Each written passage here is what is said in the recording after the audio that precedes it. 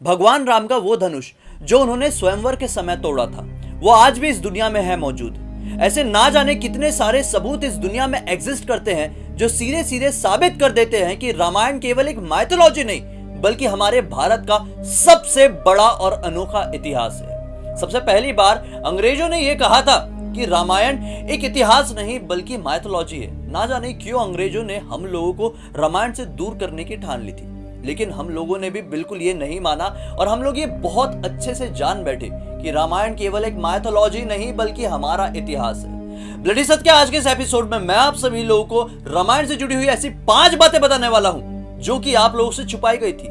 ये ऐसी बातें हैं, ऐसी जानकारी है जो आप लोगों से सिर्फ और सिर्फ इसलिए छुपाई गई थी क्योंकि लोग नहीं चाहते थे कि रामायण का इतिहास पूरा इतिहास सभी लोगों के सामने आए। लेकिन सच्चाई आखिर कितने दिनों तक दबी रह सकती है?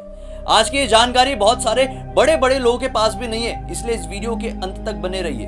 विजयदशमी के इस शुभ अवसर पर आइए शुरुआत करते हैं इस अनोखे एपिसोड की। 5वें नंबर में आता है वो तथ्य जिसमें आप लोगों को जानकारी मिलेगी कि आखिर लक्ष्मण जी 14 वर्ष तक बिल्कुल भी नहीं सोए थे, एक रात एक दिन के लिए भी नहीं सोए थे। ये कैसे पॉसिबल हुआ था मैं आप लोगों को बताता हूँ। माता सीता और श्री राम की देखभाल कर रहे थे। जब काफी समय तक लक्ष्मण जी सोए नहीं तो उनके सामने प्रकट हुई निद्रा देवी और उन्होंने कहा कि तुम सो क्यों नहीं जाते, अभी तक जाग क्यों रहे हो? तब जाकर लक्ष्मण जी ने यह कहा कि मैं 14 वर्ष के लिए अपने भ्राता और भाभी के साथ इस वनवास में आया हुआ हूँ और अगर मैं ही सो जाऊंगा तो इस जगह की पहरेदारी कौन करेगा, उनकी सुरक्षा का जिम्मा कौन उठाएगा? कृपया करके आप मुझे एक आशीर्वाद, एक वरदान दे कि 14 वर्ष तक मुझे बिल्कुल भी नींद ना आए। प्रसन्न होकर निद्रा देवी ने उन्हें वरदान देते हुए कहा कि मैं तुम्हें वरदान देने के लिए तैयार हूँ। 14 वर्ष तक बिल्कुल भी तुम्हें नींद नहीं आएगी, लेकिन इसके बदले किसी ना किसी को तो सोना होगा। तब जाके लक्ष्मण जी के कहने पर उर्मिला जी को, यानी कि जो लक्ष्मण जी की पत्नी थी, उनकी अर्धांगिनी थी, उनको निद्रा देवी ने आशीर्वाद दिया और उर्मिला जी ही आने वाले 14 वर्ष तक पूरी तरह से सोती रही। मतलब लक्ष्मण जी की नींद और खुद की नींद वो लेती रही और पूरे 14 साल तक वो निद्रा अवस्था में ही रही। और जब वापस लक्ष्मण जी, राम भगवान और माता सीता अयोध्या वापस पहुंचे तभी जाकर उर्मिला जी यानी कि लक्ष्मण जी की अर्धांगिनी की नींद खुली थी। चौथे नंबर का फैक्ट, आखिर क्यों कुंभकर्ण इतने समय तक सोते रहता था?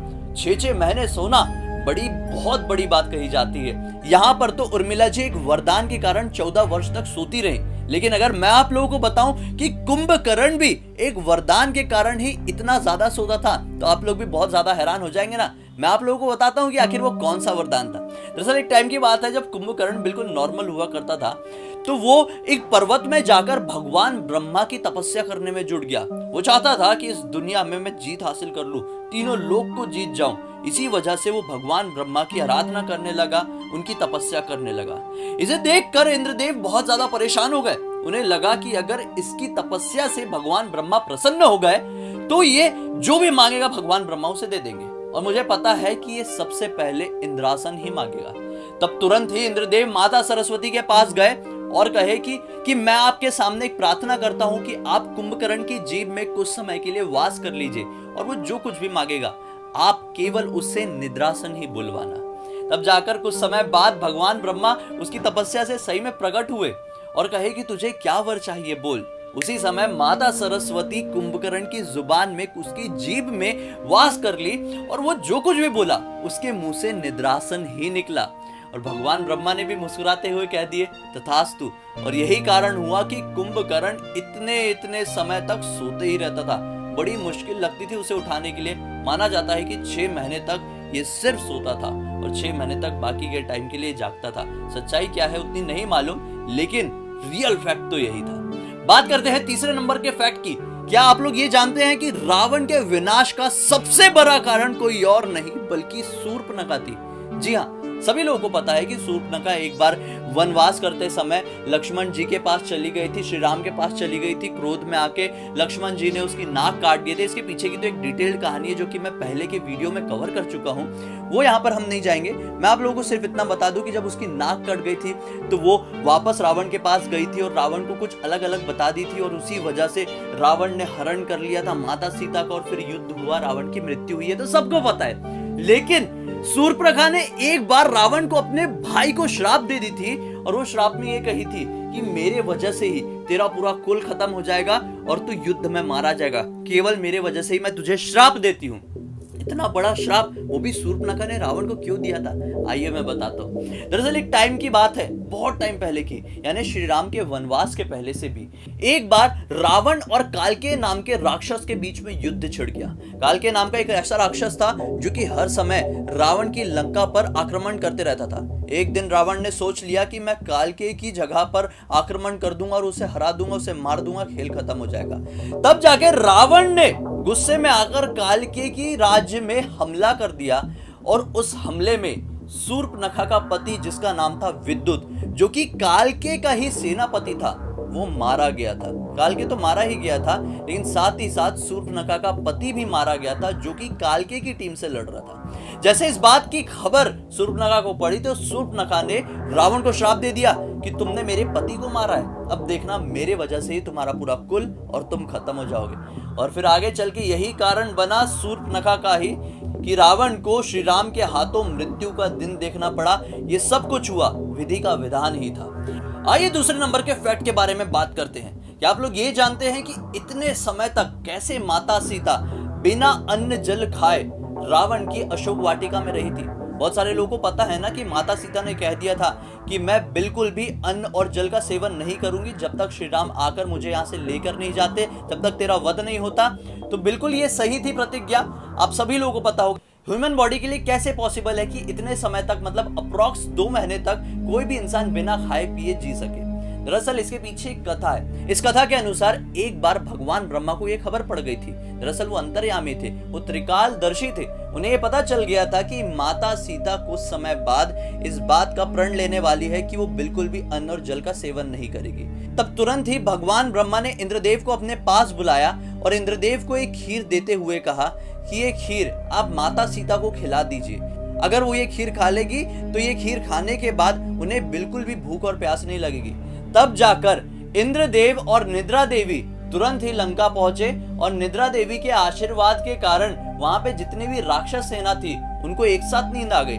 और फिर इंद्रदेव और निद्रा देवी तुरंत ही माता सीता के सामने प्रकट हुए अशोक वाटिका में। और फिर इंद्रदेव ने उन्हें अपना परिचय देते हुए कहा कि हे माते, आप ये खीर खा लें, आप एक प्रण लेने वाली हैं। त्रिकालदर्शी ब्रह्मा जी की मदद से हमें ये पता चला है, आप ये खीर खा लेंगी तो आपको फिर काफी समय तक ना ही भूख लगेगी ना ही प्यास लगेगी। और फिर ये सुनकर तुरंत ही माता सीता ने उस खीर को खा लिया। और फिर कुछ टाइम बाद, जैसे कि ब्रह्मा जी ने पहले ही देख लिए थे कि उन्होंने प्रण लिया कि मैं अब बिल्कुल भी अन्न और जल का सेवन नहीं करूंगी क्रोध में आके, और कोइंसिडेंटली भगवान ब्रह्मा ने इंद्रदेव को भेज चुके थे।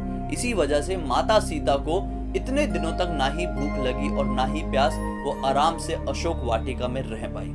आइए फिर बात करते हैं फर्स्ट नंबर के फैक्ट की, जो कि ये क्लियर बताता है कि रामायण माइथोलॉजी नहीं बल्कि हमारा सबसे बड़ा इतिहास था। सभी लोगों को पता है कि माता सीता के स्वयंवर में काफी बड़े बड़े दिग्गज आए हुए थे। एक शर्त रखी गई थी कि जो कोई भी इस धनुष को उठाकर उसमें प्रत्यंचा चढ़ाकर उसे तोड़ देगा, उसका विवाह माता सीता से हो जाएगा। काफी सारे दिग्गजों ने कोशिश की और लगभग सब हार गए, लगभग क्या सभी हार गए। फिर भगवान श्री राम उठे। भगवान श्री राम ने बड़ी आसानी से धनुष में प्रत्यंचा चढ़ाकर धनुष को तोड़ दिया। और फिर माना जाता है कि भगवान श्री राम ने जैसे उस धनुष को प्रत्यंचा चढ़ाकर तोड़ा था तो उसकी वजह से बहुत बड़ा विस्फोट हुआ था। विस्फोट होने की वजह से वो धनुष के टुकड़े काफी सारी जगह पर फैल गए थे। एक टुकड़ा जो कि धनुषा नाम की जगह में आकर ठहर गया था, गिर गया था। ये नेपाल में आज भी एग्जिस्ट करती है। ये जगह में एक बहुत ही फेमस मंदिर बनाया गया है जिसका नाम है धनुषा मंदिर। इस गांव का नाम भी है धनुषा, जो कि जनकपुरी से, यानी कि माता सीता की जन्मभूमि से, जहां पर स्वयंवर हुआ था, वहां से केवल 1 किलोमीटर दूरी पर स्थित है। आज के टाइम में वो धनुष का टुकड़ा एक पत्थर के फॉर्म में तब्दील हो चुका है, लेकिन आए दिन यहाँ पर लाखों लोगों की भीड़ लगी रहती है जो केवल भगवान श्री राम के स्पर्श किए हुए धनुष को अपनी आंखों से देखना चाहती हैं। धनुष भी आम धनुष नहीं था, ये भी बहुत महान धनुष था जो कि भगवान परशुराम के पास हुआ करता था, और एक टाइम पर भगवान शिव ने भगवान परशुराम को दिए थे और भगवान श्री राम ने एक विधि के विधान के लिए इसको तोड़ा था। जब भगवान श्री राम और माता सीता का विवाह संपन्न हुआ तो सभी लोग अयोध्या के लिए वापस लौटे। तो रास्ते में सबसे पहले वो लोग बिहार के एक सीता कुंड नाम की जगह पर रुके थे, जहां पर आज भी माता सीता का कुंड स्थापित है। आप लोग साफ साफ देख सकते हैं, कई सारी फोटोज इंटरनेट में आती रहती है। उसके बाद भगवान श्री राम और सारे लोग उत्तर प्रदेश के डेरुआ नाम की जगह पर रुके, क्योंकि उन्होंने यहाँ पर डेरा लगाया था एक रात के लिए, इसलिए इस जगह का नाम डेरुआ हुआ। और फिर वो आखिरकार अयोध्या में वापस लौटे थे। तो ये थे वो 5 फैक्ट जो बहुत सारे लोगों ने काफी समय से आप लोगों से छुपा के रखा था, लेकिन आज आपको उनकी जानकारी हो गई है। ये वीडियो अच्छा लगा है तो इस वीडियो को लाइक जरूर कर देना, अपने दोस्तों और परिवार वालों के साथ जरूर शेयर करना, ताकि इंफॉर्मेशन आपके साथ साथ पूरी दुनिया को पहुंचे कि रामायण केवल एक माइथोलॉजी नहीं बल्कि हमारी सबसे बड़ी इतिहास थी। उम्मीद करता हूं दोस्तों आपने इस वीडियो को लाइक कर दिया होगा। नहीं किया है तो आपका फर्ज बनता है, क्योंकि मैं अपना फर्ज निभा रहा हूं। मुझे पहली बार देख रहे हैं तो इस चैनल को सब्सक्राइब करके बेल आइकन दबा के ऑल के ऑप्शन में क्लिक करना, क्योंकि इसी तरह के हैरान कर देने वाले अनोखे वीडियो आप लोगों के सामने रेगुलरली लेके आते रहता हूं। इंस्टा की लिंक इस वीडियो के डिस्क्रिप्शन बॉक्स में मिलेगी, क्लिक करके डायरेक्टली वहां पर पहुंच जाना। भूतिया वीडियो भी मिलेंगे चैनल में, लेकिन कुछ दिन का इंतजार करो, एक बहुत ही डरावना वीडियो लेकर आने वाला हूं। तो चलिए तब तक के लिए बहुत बहुत धन्यवाद। आपका दिन शुभ हो।